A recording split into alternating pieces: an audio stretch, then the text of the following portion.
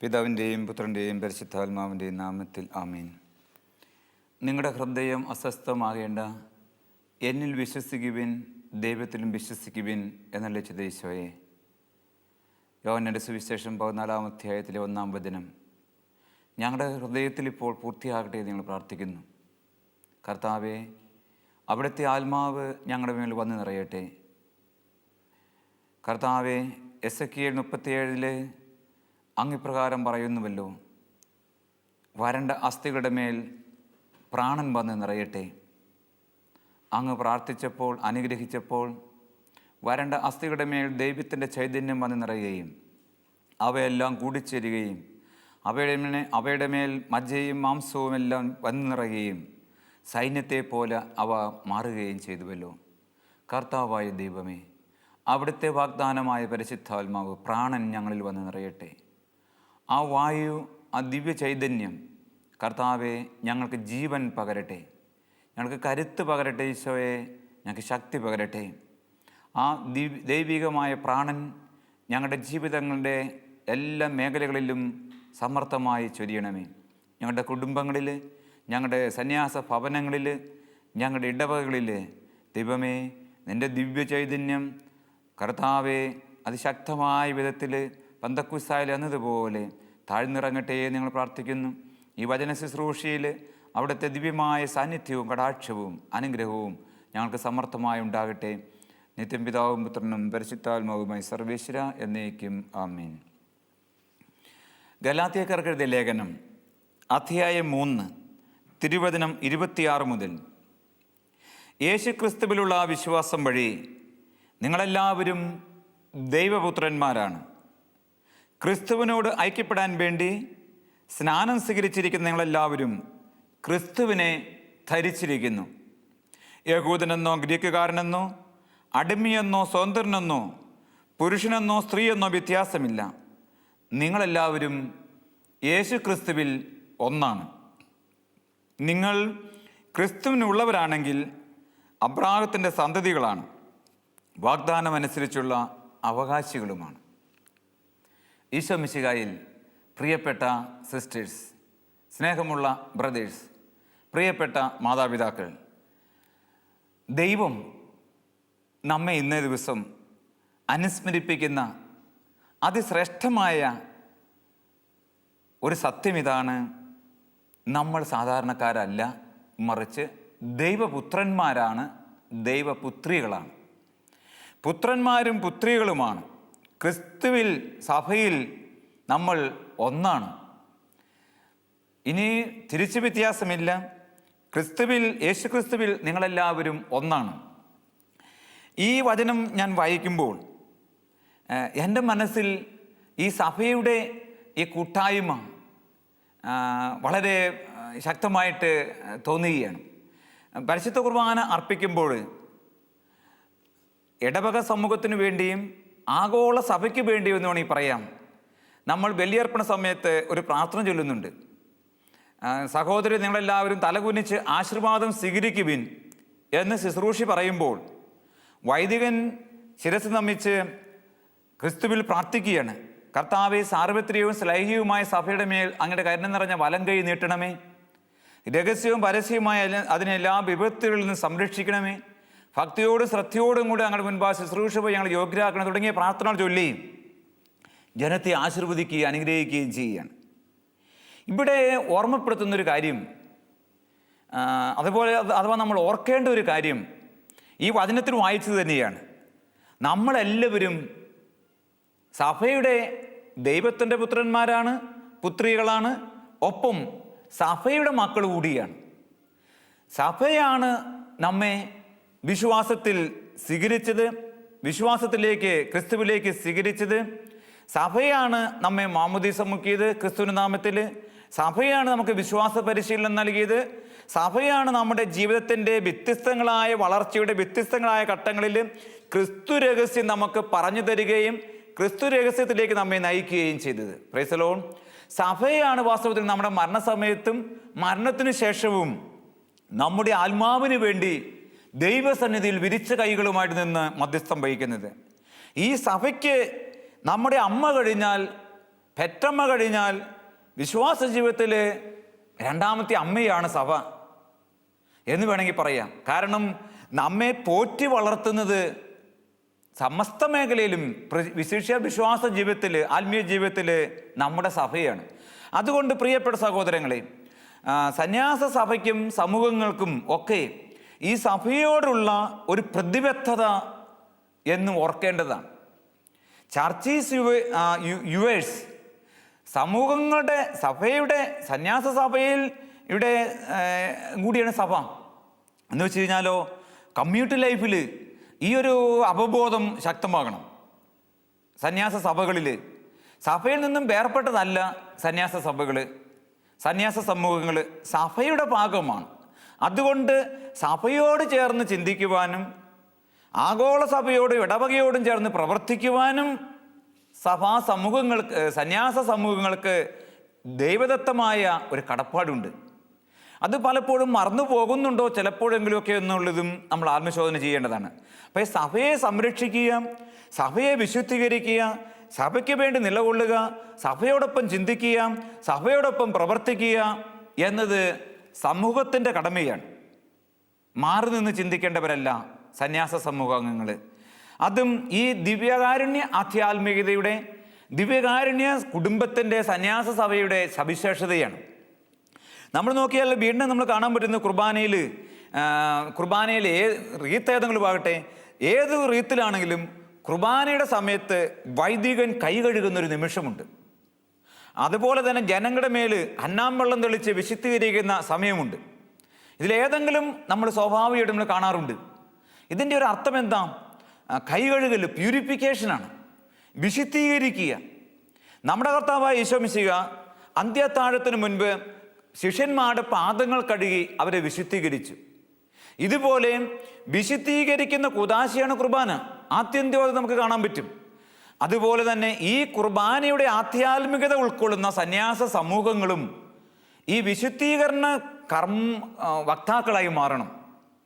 മെമ്പേഴ്സിൻ്റെ ഓരോ അംഗങ്ങളും മറ്റുള്ളവരുടെ കാല് കഴുകുന്ന വ്യക്തികൾ, എന്നുവെച്ചാൽ അവരെ വിശുദ്ധീകരിക്കുന്ന വ്യക്തികൾ, വചനത്താൽ കൂദാശകളിലേക്ക് പ്രേരിപ്പിച്ചുകൊണ്ട്, സ്നേഹം പകർന്നുകൊണ്ട്, അവർക്ക് ശുശ്രൂഷ ചെയ്തുകൊണ്ട്, അവരുടെ മുൻപിൽ ചിലപ്പോഴെങ്കിലും കുരിശോളം താണുകൊണ്ട് അവരെ വിശുദ്ധീകരിക്കാൻ നമുക്ക് പറ്റും. അവരുടെ പാപത്തിന് പരിഹാരം ചെയ്യാൻ പറ്റും. ഞാനിത് പറയുമ്പോൾ ഓർക്കുന്നത്, ഒരു സന്യാസ സഭയുടെ ശ്രേഷ്ഠൻ ആ സഭയിലെ ഒരംഗത്തിന് വേണ്ടിയിട്ട് ഒരാഴ്ചക്കാലം നിരന്തരം ഉപവസിച്ച് പ്രാർത്ഥിച്ചതാണ്.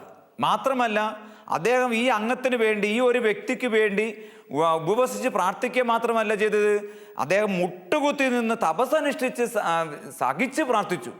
അദ്ദേഹത്തിൻ്റെ മുട്ടിലെ കാലിലെ തോല് പോലും വാസ്തവത്തിൽ പോയി ചോര പൂണ്ട് കിടക്കുന്നത് ഞാൻ കാണുകയുണ്ടായി. എനിക്ക് വലിയ സന്തോഷം തോന്നി. അതായത് കഴുകലിൻ്റെ ശുശ്രൂഷ, സഭാംഗങ്ങളുടെ, കമ്മ്യൂണിറ്റി മെമ്പേഴ്സിൻ്റെ വിശുദ്ധീകരണത്തിന് വേണ്ടിയുള്ള ദൗത്യം അതെല്ലാവരുടെയും ഭാഗത്തു നിന്ന് ഉണ്ടാകേണ്ടതാണ്. പരസ്പരം കാല് കഴുകുന്നവരായി മാറുക. കാല് വാരുന്നവരാണെന്ന് പലയിടത്തും. അതല്ല കർത്താവ് ആഗ്രഹിക്കുന്നത്. മറിച്ച് പരസ്പരം കാല് കഴുകുന്നവരായി മാറുക. സ്വയം ശൂന്യവൽക്കരിച്ച് അവരുടെ വിശുദ്ധീകരണത്തിന് വേണ്ടി, രക്ഷയ്ക്ക് വേണ്ടി മുന്നേറുന്നതാണ് ക്രൈസ്തവ ദർശനത്തിൽ വിശുദ്ധ കുർബാന കേന്ദ്രീകൃതമായ സന്യാസ സമൂഹം, റിലീജിയസ് കമ്മ്യൂണിറ്റി എന്ന് പറയുന്നത്. അല്ലെങ്കിൽ അതിന് അർത്ഥമില്ല. ബലിയർപ്പണം വെറും അർത്ഥമില്ലാത്ത ജ്വൽപ്പനങ്ങളായി മാറും. പ്രിയപ്പെട്ട സഹോദരി സഹോദരന്മാരെ, ദൈവം നമ്മെ വിളിക്കുന്നത്, കർത്താവ് നമ്മോട് പറയുന്നതും അത് തന്നെയാണ്. വിളിച്ചതും പറഞ്ഞതും, ഞാൻ നിങ്ങളുടെ ഗുരുവും കർത്താവുമായ ഞാൻ നിങ്ങളുടെ പാദങ്ങൾ കഴുകിയെങ്കിൽ നിങ്ങൾ പരസ്പരം പാദങ്ങൾ കഴുകുവിൻ. അതൊരു പെസഹ വ്യാഴാഴ്ച വെറും ഒരു ആചാരമായിട്ട് ഒതുക്കി നിർത്തേണ്ട ഒരു ശുശ്രൂഷയല്ല എന്ന് ചുരുക്കം. മറിച്ച് ദിവ്യകാരുണ്യം അനുദിനം ബലിയർപ്പിക്കുന്നവരായ നമ്മുടെ അനുദിന ജീവിതത്തിൻ്റെ അവിഭാജ്യ ഘടകമായി തീരേണ്ടതാണ് ഈ കഴുകലിൻ്റെ ശുശ്രൂഷ, വിശുദ്ധീകരണത്തിൻ്റെ ശുശ്രൂഷ. നിങ്ങളുടെ വിശുദ്ധീകരണമാണ് ദൈവകൃപയുടെ ലക്ഷ്യമെന്ന് നിങ്ങൾക്ക് അറിഞ്ഞുകൂടെ? ഭാര്യ ഭർത്താക്കന്മാരെ കുറിച്ചുള്ള പ്രബോധനത്തിൽ ശ്ലീഹ പറയുന്നൊരു വചനമുണ്ടല്ലോ, അവിശ്വാസിയായ ഭർത്താവ് വിശ്വാസിയായ ഭാര്യയിലൂടെയും അവിശ്വാസിയായ ഭാര്യ വിശ്വാസിയായ ഭർത്താവിലൂടെയും വിശുദ്ധീകരിക്കപ്പെടണം, രക്ഷിക്കപ്പെടണം എന്ന് ദൈവത്തിൻ്റെ പദ്ധതിയാണ്. അത് കുടുംബജീവിതത്തിൻ്റെ രഹസ്യമാണെങ്കിൽ കുടുംബജീവിതത്തിൻ്റെ വേറൊരു രൂപമാണ് വാസ്തവത്തിൽ സന്യാസ സമൂഹം എന്ന് പറയുന്നത്, കമ്മ്യൂണിറ്റി ലൈഫ് എന്ന് പറയുന്നത്. അപ്പോൾ കമ്മ്യൂണിറ്റി ലൈഫിൽ ഓരോ വ്യക്തികളുടെയും വിശുദ്ധമായ ജീവിതത്തിലൂടെ, പവിത്രമായ പ്രവർത്തനത്തിലൂടെ, വാക്കിലൂടെയൊക്കെ കൂടെയുള്ളവരുടെ വിശുദ്ധീകരണവും നടക്കേണ്ടതുണ്ട്. അവരുടെ ജീവിതവും പവിത്രമാകേണ്ടതുണ്ട്. അപ്പോഴാണ് നമ്മുടെ ഈ തെരഞ്ഞെടുപ്പ്, സമർപ്പണ ജീവിതത്തിലേക്ക് കടന്നുവരവ് കൂടുതൽ കൂടുതൽ അർത്ഥവും ആഴവും കൈവരിക്കുക. നമ്മൾ നോക്കുകയെ കുർബാനയിൽ നമ്മൾ പിന്നീട് കാണുന്നത് പ്രധാനപ്പെട്ട ഒരു ശുശ്രൂഷ എന്ന് പറയുന്നത് അപ്പവും വീഞ്ഞും എടുത്ത് ദൈവസന്നിധിയിലേക്ക് ഉയർത്തി സമർപ്പിക്കുന്നതാണ്. ഈ അപ്പത്തിൻ്റെയും വീഞ്ഞിൻ്റെയും നാൾ വഴികൾ ഒന്ന് ചിന്തിച്ച് നോക്കുകയെ. എവിടെയോ പാടത്ത് കിടന്ന ഗോതമ്പ് അത് അറുത്തെടുക്കുന്നതും, അത് മെതിച്ചെടുക്കുന്നതും, അത് പൊടിച്ചെടുക്കുന്നതും, അത് കുഴച്ചു കൂട്ടുന്നതും, അത് വറുത്തെടുക്കുന്നതുമായ ചില രംഗങ്ങൾ എത്ര പ്രോസസ്സിലൂടെ കടന്നു പോകുമ്പോഴാണ് അത് അപ്പമായി മാറുന്നത്. അതുപോലെ തന്നെ വീഞ്ഞ്, കുർബാനയ്ക്ക് ഉപയോഗിക്കുന്ന വീഞ്ഞ്, അത് പറിച്ചെടുക്കുന്നതും ഇടിച്ചു പിഴിയുന്നതും ഒക്കെയായ രംഗങ്ങൾ വലിയൊരു ഞെരുക്കത്തിലൂടെ കടന്നു പോവുകയാണ്. ആ വീഞ്ഞും ഈ അപ്പവും ഒക്കെയാണ് അൾത്താരയിൽ സമർപ്പിക്കുന്നത്. അങ്ങനെയെങ്കിൽ നിശ്ചയമായിട്ടും സന്യാസ ജീവിതത്തിലും ഈ പറിച്ചു നടിയിലും, ഈ വെട്ടിമുറിക്കലും, ഈ ഇടിച്ചു പൊടിക്കലും, ഈ കുഴച്ചു ചേർക്കലും, ഈ വറക്കലും, ഈ ഞെരുക്കവും ഒക്കെ സ്വാഭാവികമാണ്. കാരണം ദൈവത്തിന് വേണ്ടി സമർപ്പിച്ചവരാണ് സന്യാസികൾ. അപ്പോൾ സമൂഹ ജീവിതത്തിലുണ്ടാകുന്ന ഈ ഇടിച്ചു പിഴിയിൽ, ഈ ഞെരുക്കങ്ങളും വേദനകളും അത് വിശുദ്ധ കുർബാനയുടെ തുടർച്ചയാണെന്ന് കൂട്ടിയാൽ മതി.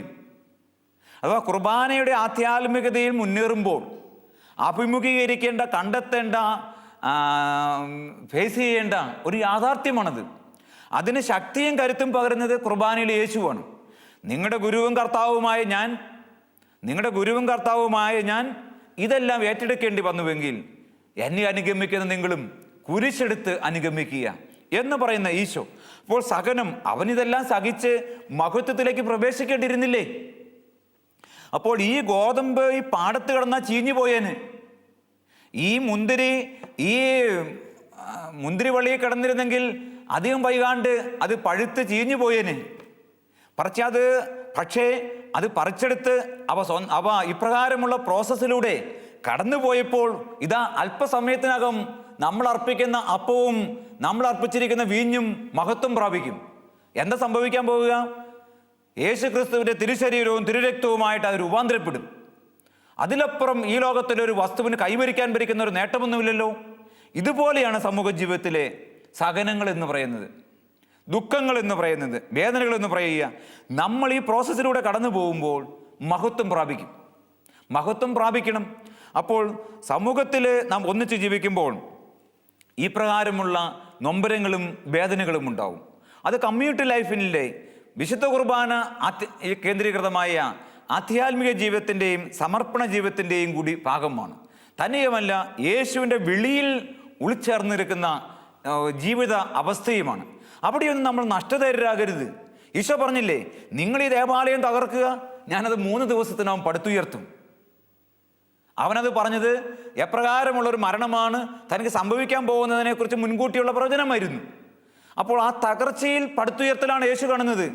അതുപോലെ നമ്മുടെ സമൂഹ ജീവിതത്തിലെ തകർച്ചയിലെ, വേദനയിലെ, ദുഃഖങ്ങളില്, ആകുലതകളില്, അസ്വസ്ഥതകളില് നമ്മൾ അവയിലേക്കൊന്നും നോക്കരുത്, ക്രിസ്തുവിലേക്ക് നോക്കണം, വരാനിരിക്കുന്ന മഹത്വത്തിലേക്ക് നോക്കണം. അപ്പോഴോ അവിടെ ദിവ്യപ്രകാശം ഉദയം ചെയ്ത് നിൽക്കുന്നത് കാണാൻ പറ്റും. ദിവ്യകരം ഇറങ്ങി വന്ന് താങ്ങായി നിൽക്കുന്നത് കാണാൻ പറ്റും. ദിവ്യ സാന്നിധ്യം വലയം ചെയ്ത് ശക്തിയായി മാറുന്നത് കാണാൻ പറ്റും.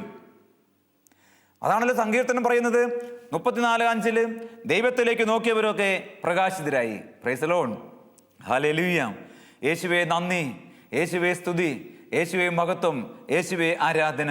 പ്രിയപ്പെട്ട സഹോദരങ്ങളെ, ദിവ്യാരുണ്യ കേന്ദ്രീകൃതമായ സന്യാസ സമൂഹം, ഇടവക സമൂഹം എന്നൊക്കെ പറയുന്നത് പിതാക്കന്മാരെയും വിശുദ്ധന്മാരെയും സ്മരിച്ചുകൊണ്ടുള്ള ജീവിതം കൂടിയാണ്.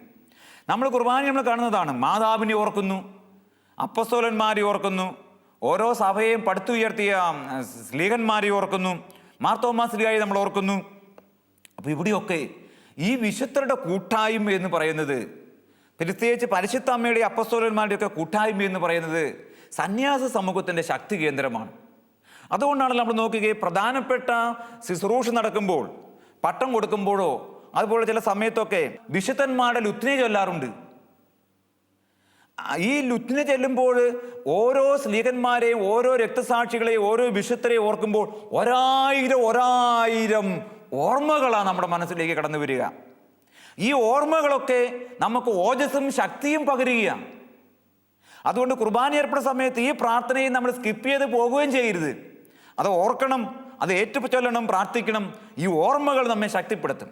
അപ്പോൾ പരിശുദ്ധമ്മ നമ്മുടെ കൂടെയുണ്ടെങ്കിൽ നമ്മൾ ഓർത്തു നോക്കിയ സഹോദരങ്ങളെ, അമ്മയുടെ മധ്യസ്ഥത്തിൻ്റെ ശക്തി, അമ്മ കൂടെ നിൽക്കുന്നതിൻ്റെ ശക്തി, കുരിശുയാത്രയിൽ ഈശോയെ പരിശുദ്ധമ്മ എത്രത്തോളം ശക്തിപ്പെടുത്തി. സത്യത്തിൽ ആ കുരിശിന് ചുവട്ടിൽ ചേർന്ന് നിന്ന ഏക കന്യാരത്നം ആ അമ്മയല്ലേ. എല്ലാവരും ആണുങ്ങൾ സ്ത്രീയന്മാർ പോലും ചെതറി ഓടുമ്പോഴും അമ്മ ചേർന്ന് നിന്നില്ലേ? അമ്മ അവനെ ആ കുരിശിൽ താങ്ങി നിൽക്കാൻ ശക്തിപ്പെടുത്തിയില്ലേ? അങ്ങനെയെങ്കിൽ നമ്മുടെ കമ്മ്യൂണിറ്റി ലൈഫിൽ, നമ്മുടെ സമർപ്പണ ജീവിതത്തിൽ പരിശുദ്ധ അമ്മയുള്ള കൂട്ടായ്മ, സ്ലീഹന്മാരോടും വിശുദ്ധരോടും രക്തസാക്ഷിയോടുള്ള സ്വരച്ചേർച്ച, ഒന്നുചേരൽ നമുക്ക് എത്രത്തോളം ആശ്വാസവും ആനന്ദവും പകരും. അപ്പോൾ സമൂഹ ജീവിതം ഭാരമാവില്ല, അപ്പോൾ എളുപ്പമാവുകയാണ്.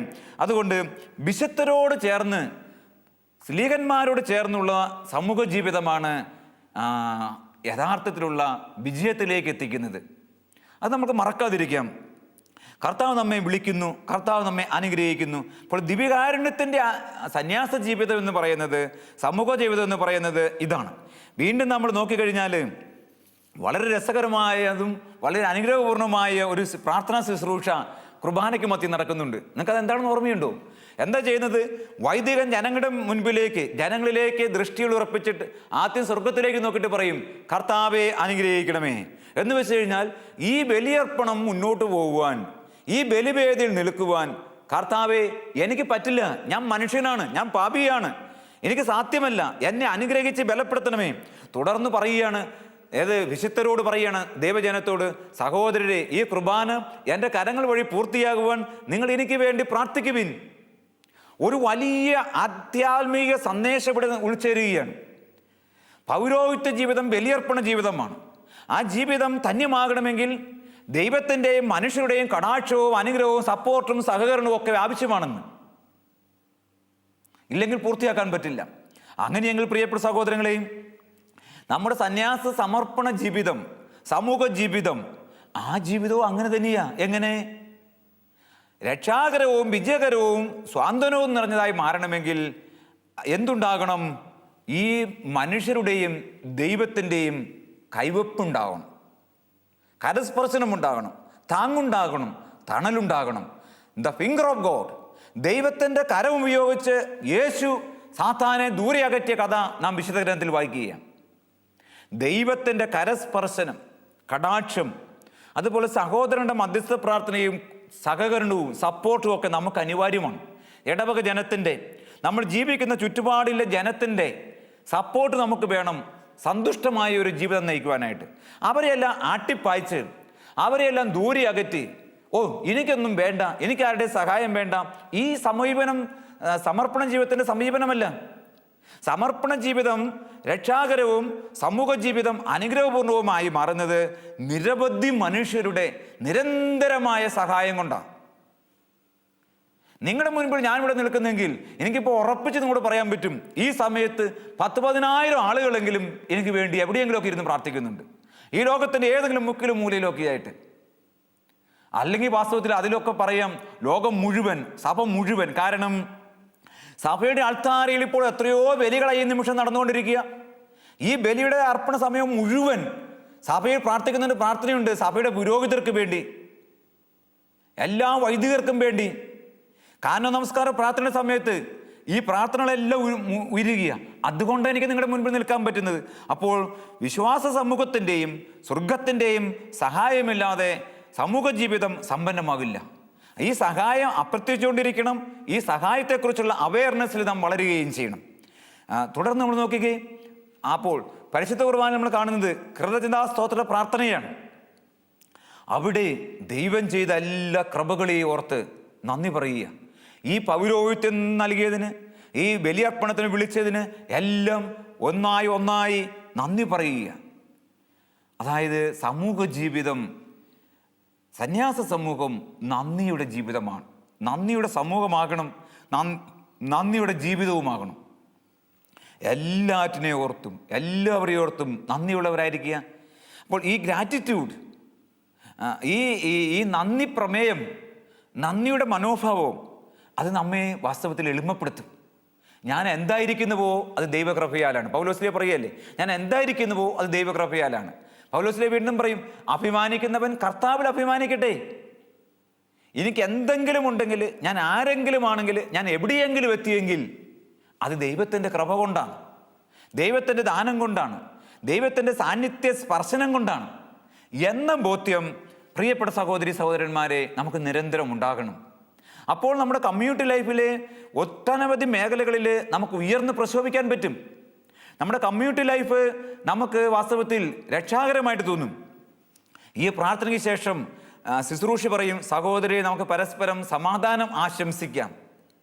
ഈ സമാധാനം ആശംസ കുർബാനയിൽ ഒതുങ്ങേണ്ടതല്ല, തീർക്കേണ്ടതുമല്ല. അതായത് സമൂഹത്തിൽ, നാം ജീവിക്കുന്ന സമൂഹത്തിൽ, കുടുംബത്തിൽ നമ്മൾ സമാധാനത്തിൻ്റെ വക്താക്കളായി മാറണം. Be a men of piece.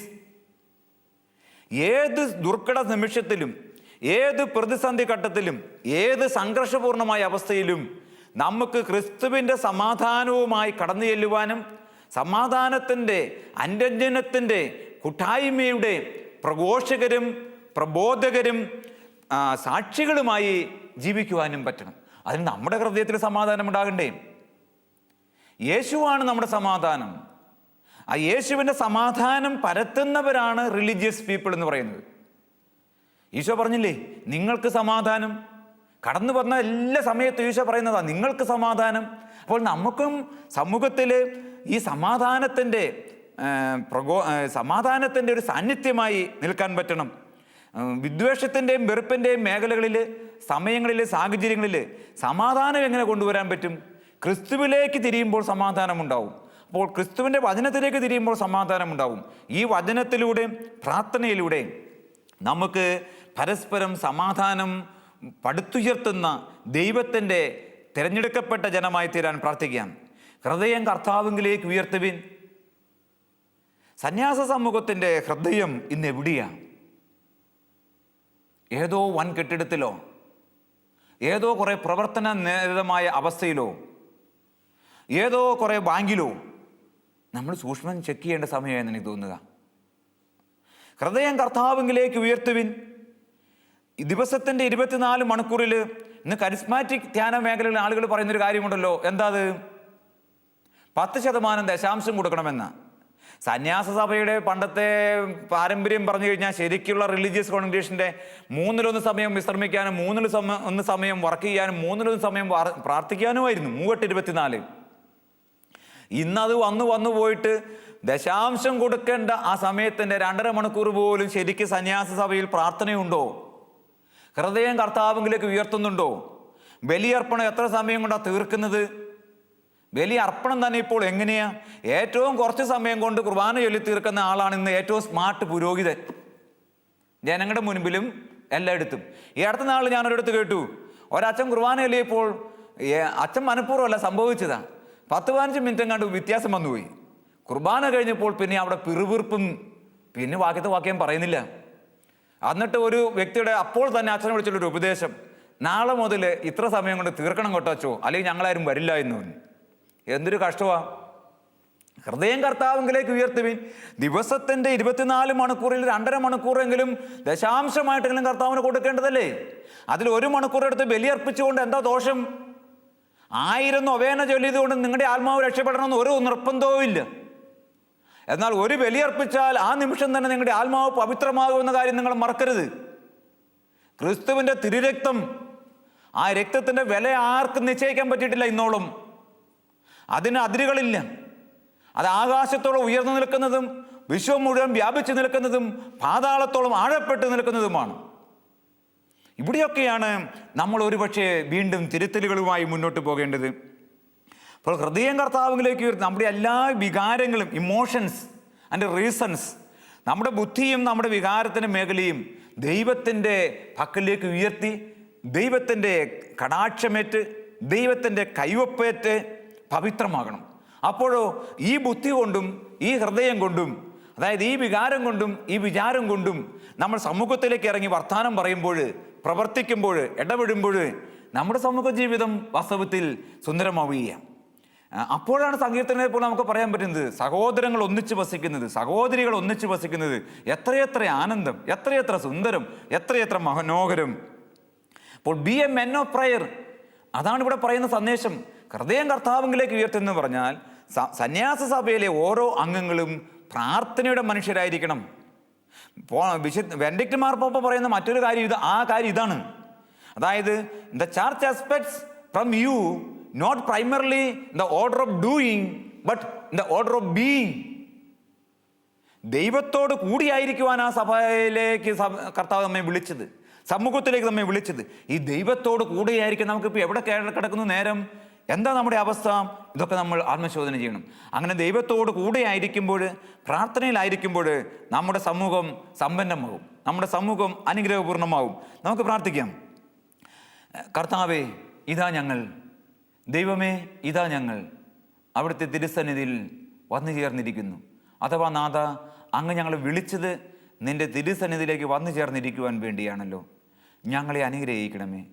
കുർബാനയിലെ ആധ്യാത്മികത തിരിച്ചറിയുവാൻ, കുർബാനയിൽ മുഴങ്ങുന്ന ആ ദിവ്യശബ്ദം, ആ ദിവ്യ ചൈതന്യം ഞങ്ങളുടെ സമൂഹത്തിൽ, ഞങ്ങളുടെ ഇടവകയിലെ കുടുംബത്തിൽ നിറയുവാൻ കർത്താവെ അങ്ങ് ഞങ്ങളുടെ ഹൃദയങ്ങളെ ഒരുക്കണമേ.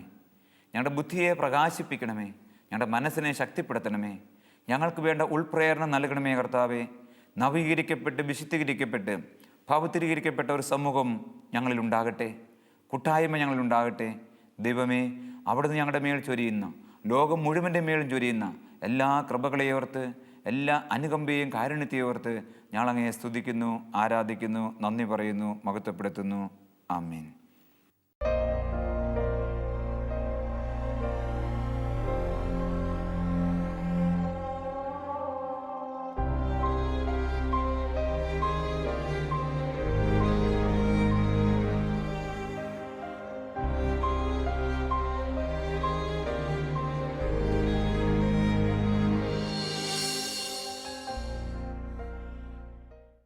വിശദ വിവരങ്ങൾക്ക് director, divine vision, divine retreat centre, Muringoor, Chalakudy 680316, Kerala, south India. Telephone 0091 480 270 8098, 0091 480 270 2613. Fax 0091 480 270 8097.